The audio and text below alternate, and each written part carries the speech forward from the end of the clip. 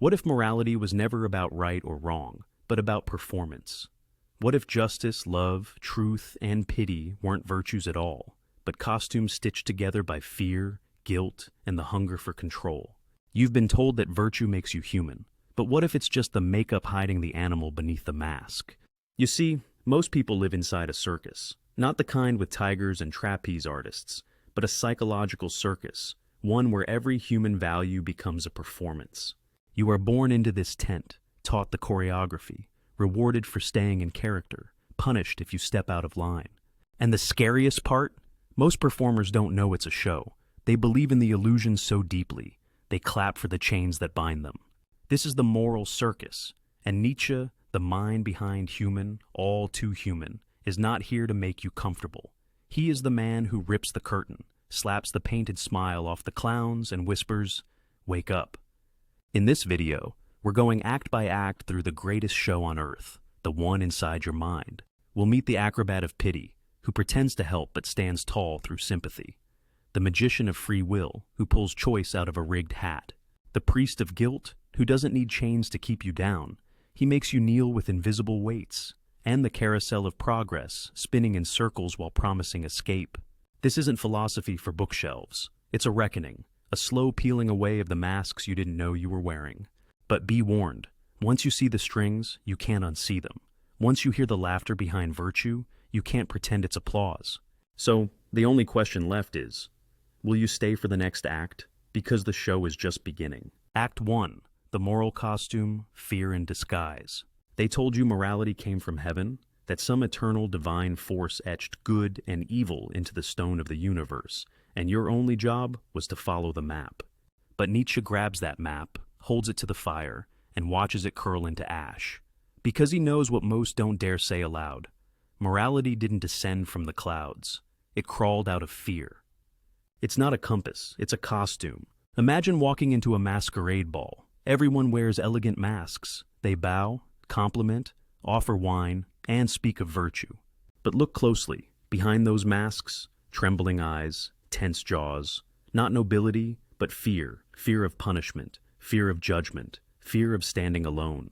That's what Nietzsche saw when he looked at society. We act good not because we are, but because we're scared not to. He calls this herd morality, a set of values adopted not from strength, but from weakness. When the powerless couldn't fight the powerful, they rewrote the rules. Might is wrong, they cried. Suffering is saintly. Humility is holy. But these weren't truths. They were survival strategies. Dress up fear as forgiveness, and suddenly the sheep rule the field. This is the moral costume, beautiful in fabric, cowardly in thread. Take the witch trials. People weren't burning women because they loved justice. They were terrified of the unknown, of female power, of themselves. Morality gave them permission to do the unthinkable while feeling righteous. When fear wears a robe and holds a Bible, anything becomes justified. And it hasn't stopped. Modern society still runs on the same script. We don't question whether something is truly right. We ask if it will offend, if it breaks the code, if it risks exclusion. Our conscience isn't a beacon. It's a leash handed down by centuries of frightened crowds. We obey not from inner clarity, but from inherited panic. So, here's the question Nietzsche throws like a hammer into your mind. Do you truly believe what you call morality, or are you simply playing your part? Would you still hold those values if no one was watching, if applause was replaced by silence? Because if your goodness is conditional, if it exists to avoid punishment or earn praise, then it's not goodness at all. It's a costume, a clever one, a comforting one, but still, a mask. And in this circus, every mask hides a deeper truth. The show may be beautiful, but the creature underneath is very human, all too human. But what if your kindness isn't pure either? What if even compassion, your softest act, is just another balancing trick on a moral tightrope? Act 2, the Acrobat of Pity, Superiority in Soft Gloves. Look at the tightrope walker, arms outstretched, trembling slightly, stepping carefully above a pit of judgment. The crowd gasps not because they fear his fall, but because they adore the illusion of balance. That's pity in Nietzsche's eyes, an acrobat's act. It looks noble, even angelic, but beneath the trembling grace lies something else. Control. Pity seems like love's cousin. It leans down, offers a hand, wipes a tear. But Nietzsche says, beware. Because pity, when inspected under the harsh light of honesty, often masks a quiet superiority. When you pity someone, you assume they are below you. You are standing tall, looking down, helping not as an equal, but as a savior. And in that moment, something rotten seeps in, a feeling of power dressed in velvet gloves. Nietzsche saw this especially in how societies celebrate martyrdom and suffering. Why do we honor the weak, the broken, the beaten down? Because it makes the strong feel righteous for noticing them. But is that virtue or vanity? Is the acrobat walking the line to truly help, or to hear the applause of the crowd? Imagine an international charity posing for glossy photos beside children in poverty. Do they care? Perhaps. But that image of the smiling helper and the suffering helped, does it not ring of a circus act? A display of compassion performed not just for relief, but for recognition. Nietzsche isn't saying we shouldn't help others, but he demands we ask, why are you helping? Is it to uplift or to affirm your role as better? Because true compassion lifts someone up without needing to feel taller. He pushes even deeper. What if we cling to pity not for their sake, but because it keeps us from facing our own weakness? It's easier to pity others than to confront the chaos within ourselves.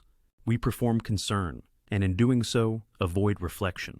We balance on the rope, smiling, while the truth dangles below like a swallowed shame. So ask yourself, when you feel pity, are you connecting or separating? Do you feel close to their pain, or does their suffering give you space to remain untouched? Nietzsche's insight stings because it flips the script. The softest feelings, pity, sympathy, mercy, can also be power plays. They can be the most seductive acts in the circus. Why? Because they look holy, yet keep the hierarchy intact. And here's the twist. Sometimes the one being pitied isn't weak at all. Sometimes they simply refuse to wear the costume. And that makes the crowd uneasy. Pity can be used not just to help, but to shame, to discipline the ones who don't follow the script. So, the next time you offer your hand, remember the tightrope. Are you reaching down out of love, or performing above them to hear the cheers? But this isn't the only sleight of hand in the circus, because perhaps the greatest illusion of all is the belief that you are choosing, freely, bravely, consciously. But what if your choice is already written in invisible ink? Act 3, the magician of free will, the illusion of choice. Step right up, ladies and gentlemen. Gather round for the most beloved trick in the moral circus, the illusion of choice. Watch closely now as the magician waves his wand, and presto, you believe you're free. Nietzsche didn't just question free will. He stripped it naked and found theater makeup underneath. He saw what most of us still resist, that what we call free choice is often just a rehearsed act, a performance passed down through scripts we didn't write, cues we didn't choose, and spotlights we didn't aim.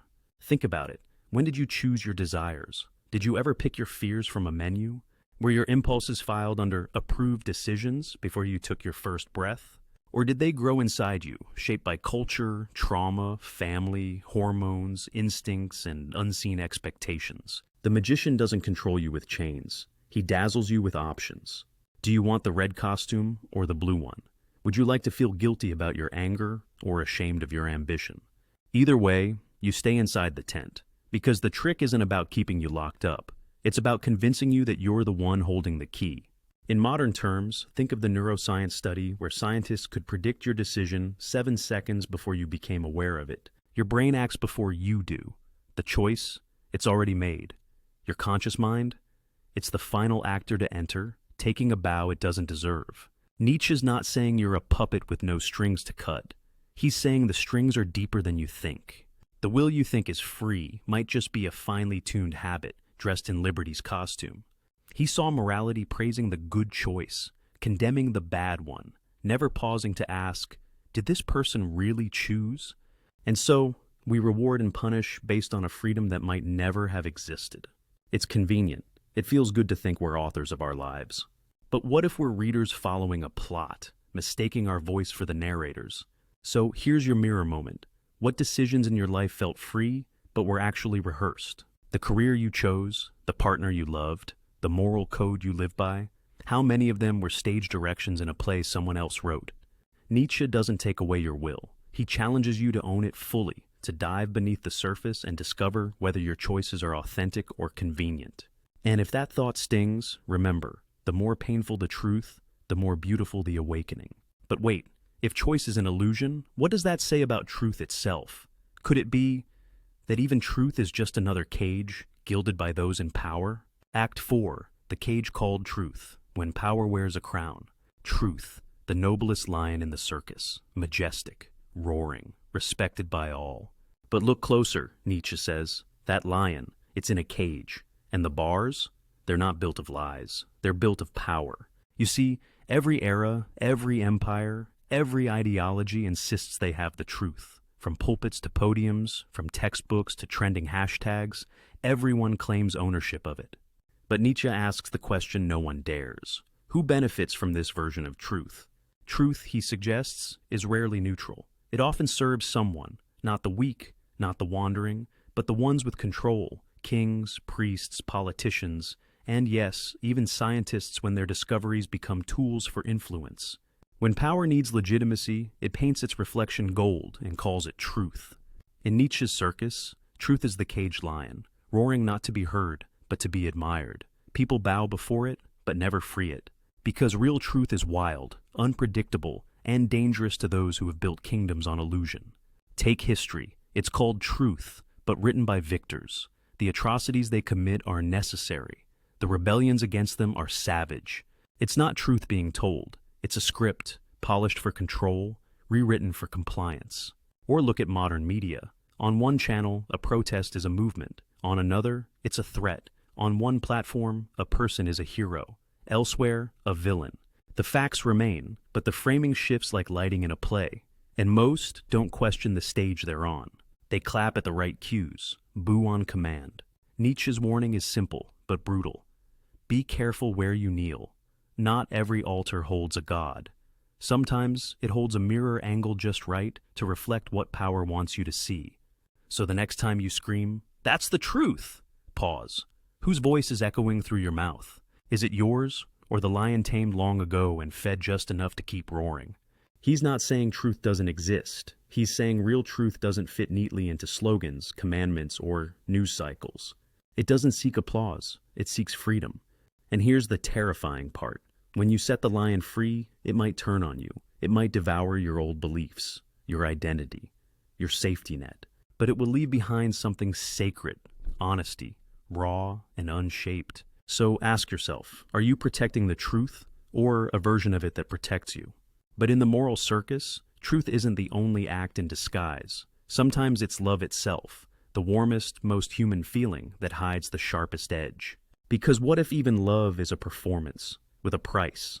Act 5, the seduction of love, selfishness in silk. Love enters the circus not as a beast or a magician, but as the star of the show, draped in red velvet, smiling sweetly, eyes wide with promise. The crowd sighs, the music swells, and Nietzsche, sitting off stage, whispers, "Do you really believe she came to save you?" To Nietzsche, love is not a sacred miracle. It's a transaction in disguise. It feels selfless, but dances on the tightrope of ego. We love not only to give, but to possess, to confirm our worth, to erase our loneliness. It's not wrong, it's not evil, it's just human, all too human. Think of the young couple, starry-eyed, calling their love unconditional. But the moment one stops performing, stops texting, stops praising, stops reciprocating, the curtain falls. Silence grows, resentment blooms, and love, the goddess of union, becomes a debtor collecting emotional interest. Nietzsche saw this clearly. Even the noblest expressions of love often conceal a longing to dominate, to complete ourselves by consuming another. The phrase, "you complete me," isn't romantic to him. It's terrifying, because it implies that without the other, we are broken. And when they fail to fix us, we hate them for being imperfect tools in our emotional workshop. Love is seductive because it promises escape from the self, from emptiness, from isolation. But instead, it often becomes a mirror, reflecting the hunger we've refused to face. We say, "I love you," but often mean, "Don't leave me," or worse, "Validate me." Nietzsche doesn't dismiss love entirely. He simply refuses to worship it blindly. He asks, can you love without needing? Can you give without secretly counting what you get back? Most people can't. They don't love, they trade. Their hearts are shops, not sanctuaries. And if you think you're immune, test this. Imagine someone you adore stops loving you back. They walk away. No cruelty, no betrayal, just distance. Do you still wish them happiness, or does pain twist your wish into a silent curse? Real love, Nietzsche suggests, doesn't bind, it releases. It doesn't say, "You are mine," but "I see you, and I choose to witness you." Most of us aren't ready for that. We want romance, not reverence. Control, not communion. So, here's your reflection. Has your love ever asked for more than it offered? Have you ever called it selfless while quietly feeding on attention, praise, or comfort? Because if love is silk, then hidden beneath its threads is often a chain, woven delicately, worn willingly. But if even love has sharp edges, what hope is left?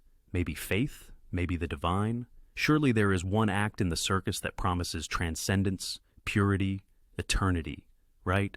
Nietzsche smiles again. "Ah," he says, "now you're ready to meet the priest." Act 6, the holy ringmaster, religion as crowd control. Here he comes, cloaked in white, haloed by incense, walking not on a wire but above it, untouchable, unquestioned. The priest steps into the ring, and the crowd bows before the act begins. For this isn't just a performance. This is salvation, they say. And Nietzsche? He lights a match and mutters, "This tent was built for obedience, not truth." Religion, in Nietzsche's view, is the masterwork of the moral circus, not because it's false, but because it's so convincing. It turns chaos into order, fear into purpose, doubt into ritual. It offers comfort, but at a cost. Your autonomy, your questioning, your will. He saw faith as a kind of hypnotic contract. Obey, and you'll be loved. Suffer, and you'll be rewarded. Doubt, and you'll be punished, but only eternally. It's not just belief, it's behavioral architecture, and it works because it speaks to the deepest ache in the human soul, the need to feel safe in a universe that makes no promises. But Nietzsche wasn't mocking those who believed. He was dissecting the machinery. He saw how religion becomes a theater of guilt, where the priest directs not your body, but your conscience. You kneel not from humility, but from the invisible weight of should. You confess not to be healed, but to remain manageable. It's brilliant, really. Where kings rule land and armies, the priest rules dreams and regrets. The king fears rebellion. The priest, he cultivates obedience inside your mind. There's no need for chains when heaven and hell sit perched on your shoulder. And this system is seductive. It paints suffering as holy, doubt as sin, and powerlessness as virtue. It calls submission grace, and tells you salvation is just one more prayer away. But Nietzsche asks, who benefits from your kneeling? Who profits from your shame? Look at history, holy wars, inquisitions, colonial conversions. Was that the voice of God, or the hands of men playing puppeteer with divine strings? Even today, in the digital age, religious narratives adapt. Gurus replace priests. Algorithms echo scripture. The structure stays, only the symbols shift. But the promise remains the same. We know the truth. Follow us. Nietzsche doesn't strip away faith to leave you empty. He rips down the tent so you can see the stars for yourself. He doesn't say God is dead with joy, but with urgency. Because when belief becomes blind, it stops being sacred. It becomes spectacle. So, here's your question. Are you worshiping truth or convenience? Do you believe because it stirs your soul, or because it silences your fear? And if religion is a ringmaster directing you with stories of salvation, what happens when you look behind the curtain? Because waiting in the shadows of every holy stage is the clown, and his name is evil. Act 7, the clown called evil when fear needs a face. He stumbles into the spotlight, painted in red and black, laughter twisted, eyes wild. The crowd gasps, not in delight, but in dread. Here comes evil, the clown of the circus, mocked, feared, and always necessary. Because in Nietzsche's moral arena, evil isn't the enemy, it's the excuse. The mask we place on the unknown, the uncomfortable, the uncontrollable. Evil is fear given a face. Why do we need evil? Because we can't stand uncertainty, because chaos terrifies us more than cruelty. So instead of exploring the dark corners of human nature, we label them, contain them, and burn them at the stake of moral panic. That, we say, is not us. That is evil. And just like that, we feel pure again. Nietzsche saw through it. To him, evil is not a force. It's a frame, a lens we use when we lack the courage to understand. It's not some dark spirit lurking in the woods. It's the projection of our discomfort onto anyone who breaks the script. The rebel, the heretic, the one who laughs when the rest of us kneel. Consider how we've used this word throughout history. The woman who practiced herbal medicine, evil witch. The man who spoke a different truth, evil traitor. The thinker who questioned the gods, evil corrupter. We brand people evil not because they are monsters, but because they refuse to wear the right costume. Even in modern times, the script hasn't changed, just the vocabulary. A tweet out of sync with current values becomes a digital crucifixion. A dissenting idea becomes a social death sentence. Evil is always them, never us. Always somewhere else, never in the mirror. But Nietzsche knew the mirror is exactly where evil lives. Not as a demon, but as instinct, as desire, as shadow. The more you deny it, the more power it gains. That's the joke the clown tells when no one's listening. And yet, it's a joke worth hearing. Because once you realize that evil isn't out there, but in here, you stop chasing monsters. You start taming them, integrating them. Understanding that the line between saint and sinner isn't a border. It's a thread, fragile and fraying. So ask yourself, who have you called evil, simply because you couldn't explain them? What parts of yourself have you labeled wrong, simply because they don't fit the costume? Nietzsche doesn't ask you to embrace darkness for fun. He asks you to stop lying to yourself. Because only when you stop fearing the clown can you begin to see what's behind the makeup. And what's there often is just a wild animal, confused, cornered, and taught to behave. But what happens when that animal begins to remember its strength? When the beast stops dancing and starts growling, that's when the taming begins. Act 8, the tamed beast, moral training of the wild self. Picture it, a lion in a pink tutu, balancing on a wooden ball under a rain of confetti. The crowd cheers, not for the lion's nature, but for its obedience. That's how Nietzsche saw society's idea of virtue. Not the triumph of the human spirit, but the successful suppression of the beast within. Morality in this light is not evolution. It's domestication. We weren't born good, Nietzsche says. We were born wild, desiring, craving, raging, yearning. What we call ethics is simply a training program to make us digestible, tolerable, safe. Morality is the school bell that rings just as instinct starts to rise. It's the invisible collar that makes you flinch every time you feel anger, hunger, lust, ambition. And over time, we call the absence of instinct purity. Society loves a well-trained animal. Sit, smile, apologize, don't interrupt, don't want too much, don't be too loud, don't be. But inside, the wild self never dies. It paces quietly behind your ribs. It watches you bow, bite your tongue, shrink your desires. And sometimes, in moments of private shame, it growls, and you call it guilt. Nietzsche saw this clearly. He watched the human being gradually turn itself into a performance, repressing what's real in favor of what's acceptable. But he knew this couldn't last forever. Repression isn't erasure, it's storage. And what is stored eventually erupts. Modern examples are everywhere. The polished CEO caught in scandal, the quiet student who explodes in rage, the moral crusader exposed for hypocrisy. These are not anomalies. They are the inevitable result of caging something that was never meant to be caged. We've confused morality with health, but sometimes morality is a fever, a symptom of the soul trying to burn through its own imprisonment. Sometimes a person acts out not because they are broken, but because the mask has finally cracked. So here's the uncomfortable question. What parts of you have you leashed too tightly? What instincts have you silenced in the name of being good? And who benefits from your silence? Nietzsche doesn't suggest we act on every impulse. He isn't advocating chaos, but he is warning us. If we deny our instincts completely, we don't become angels. We become liars. And the longer we lie, the more violent the truth becomes when it returns. Because the beast doesn't disappear, it remembers. It waits. And when it senses you're too tired to pretend, it begins to wake. But society knows this. It fears your awakening. So it builds a stronger leash, one it doesn't need to hold, one you'll wrap around your own neck. A leash made not of iron, but of guilt. Act 9, the priest of guilt, master of invisible chains. He wears no armor, wields no whip, but when the priest of guilt enters the ring, the wildest beast in the circus bows its head. Not because it's chained, but because it believes it should. This is Nietzsche's terrifying insight. Guilt doesn't control you from the outside. It burrows into your soul and makes you police yourself. Guilt is the masterpiece of moral engineering. Unlike fear, which fades when the threat leaves, guilt lingers. It doesn't need guards or gallows. It lives in your heartbeat, your spine, your silence. It whispers even when you're alone, especially when you're alone.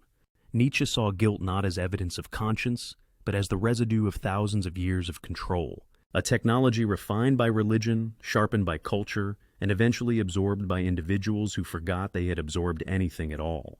You feel guilty not just when you do wrong, but when you think wrong, when you desire wrong, even if no one sees, especially if no one sees.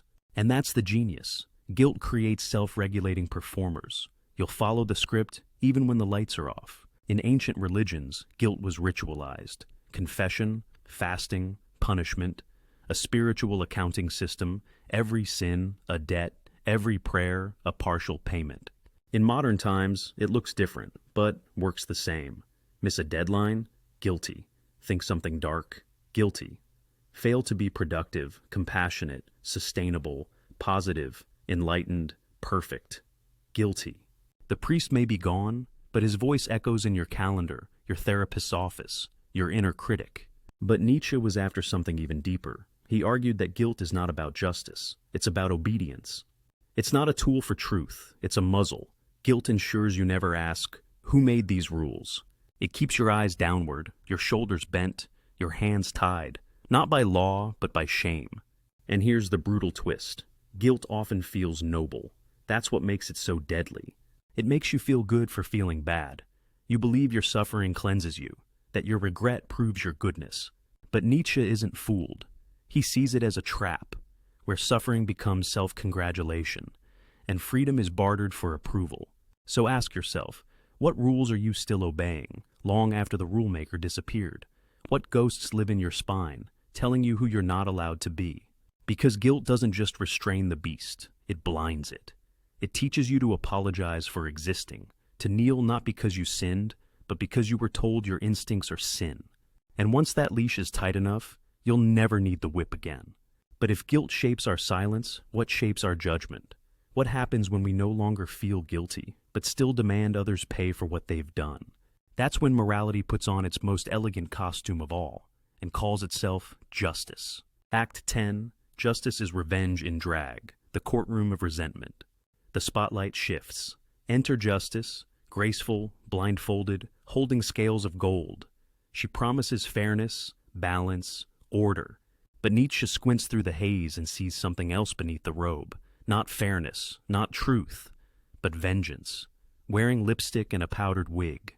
Justice, he says, is often just revenge with better PR. It's retaliation dressed for a dinner party. We call it righteous, civilized, objective. But behind the legal jargon and courtroom rituals, the motive often remains the same. Someone must pay. Nietzsche traced the roots of justice not to reason, but to blood feuds.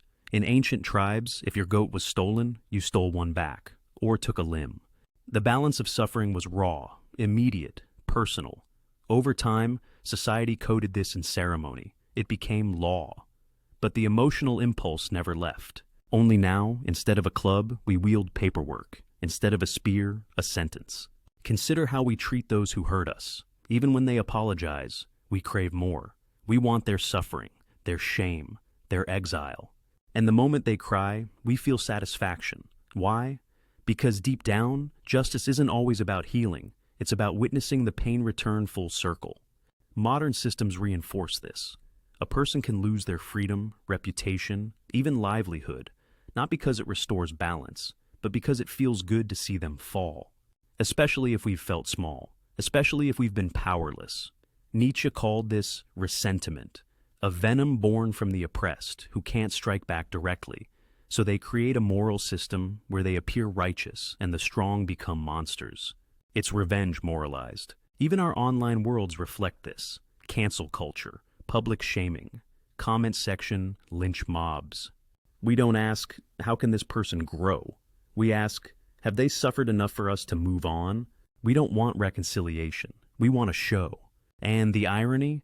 Most people doing the judging are broken too. Hurt people punishing hurt people in a moral carousel of who deserves pain today? Nietzsche didn't believe in abandoning justice, but in exposing its mask. He wanted us to question who truly benefits when pain is recycled, and whether that system serves healing or simply keeps the wheel of resentment spinning. So here's your reflection. When you cry out for justice, What are you really craving? Repair or revenge? Peace or spectacle? Because once you peel off Justice's blindfold, you might find she's been watching all along, and the gavel in her hand, it looks a lot like a hammer you used to hold. But what happens to those who don't fit this system, who don't conform to the values of the herd, who aren't good nor evil, but simply different? They don't stand in judgment, they stand in cages, misunderstood, feared, and that's where Nietzsche takes us next, to the loneliest act in the circus. Act 11. The Cage Genius.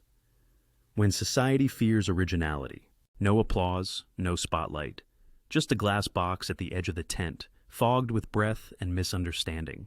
Inside, pacing like a panther, is the genius.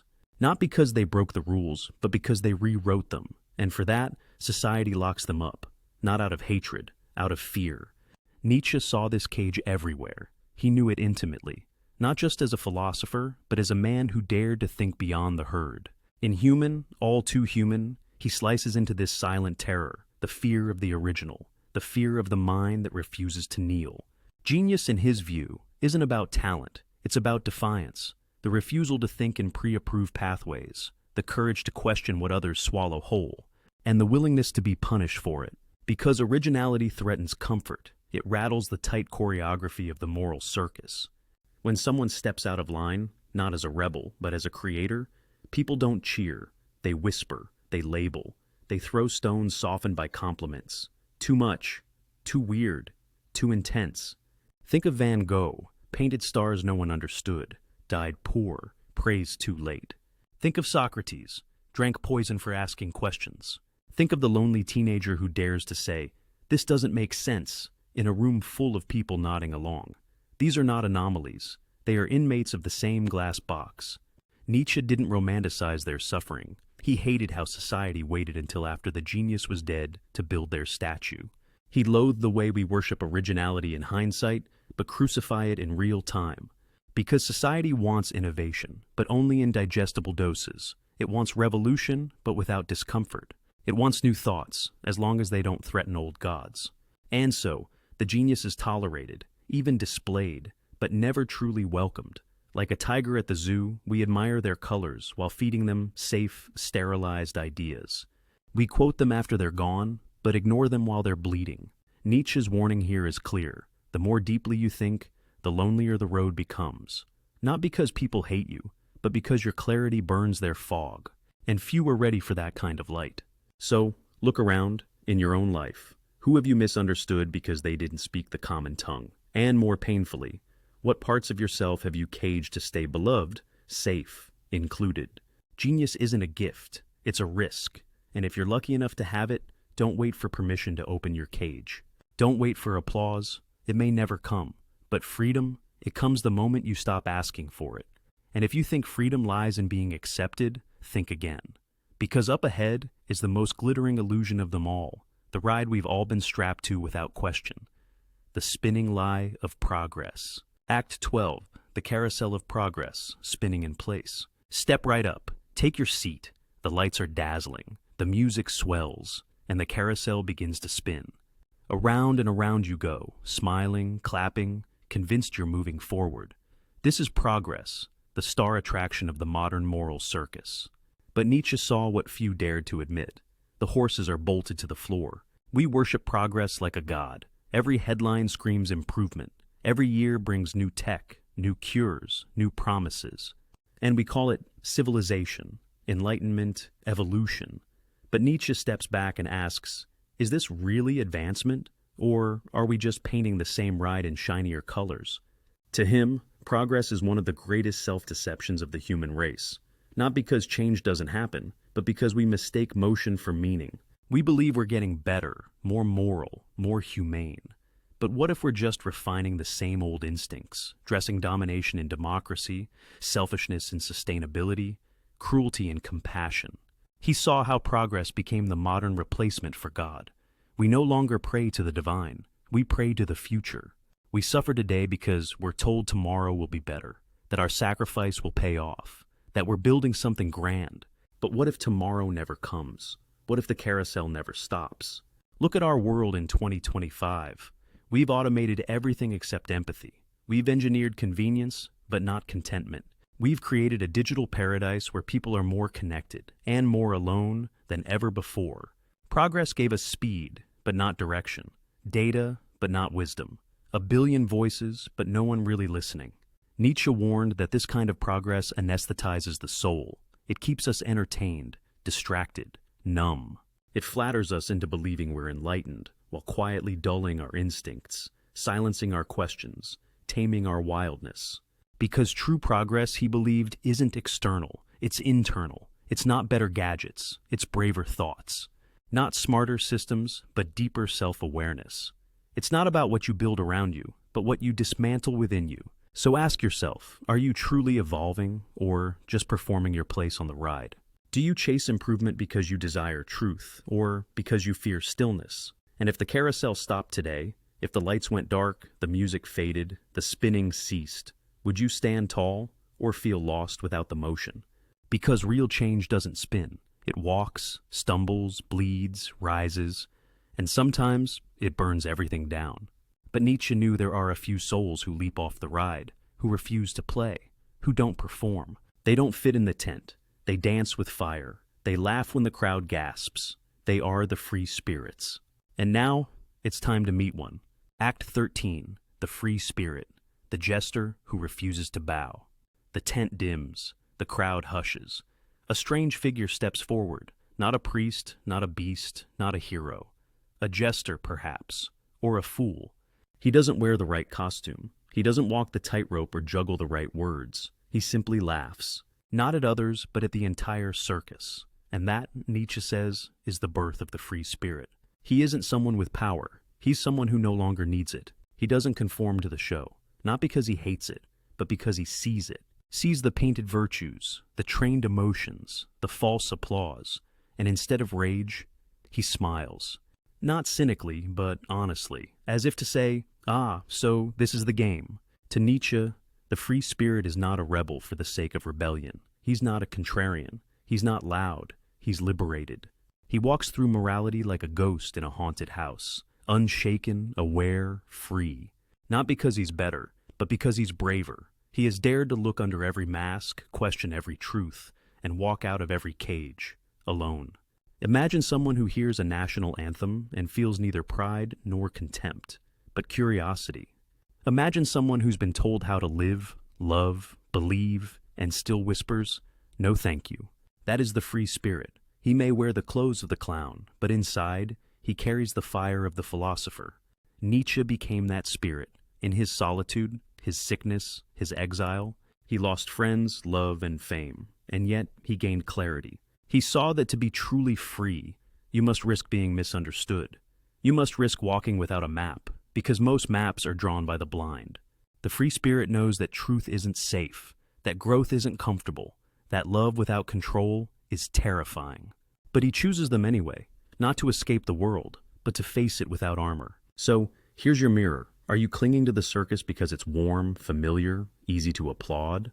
Or are you ready to slip out the back, remove the makeup, and walk into the wilderness of not knowing? Nietzsche doesn't promise it will be painless. In fact, he guarantees the opposite.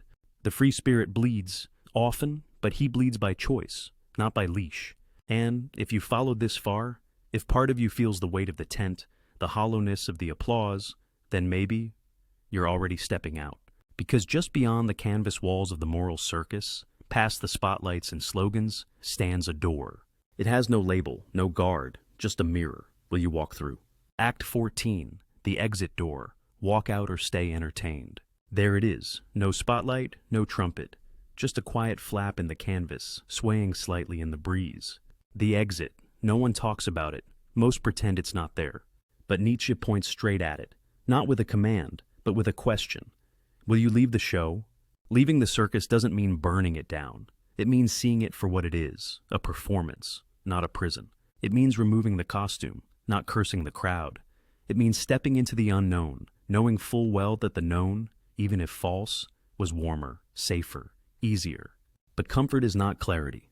The exit isn't glamorous, it's not a stage, it's a mirror. And in that mirror, you won't see a saint or a sinner. You'll see what's left when all scripts are burned.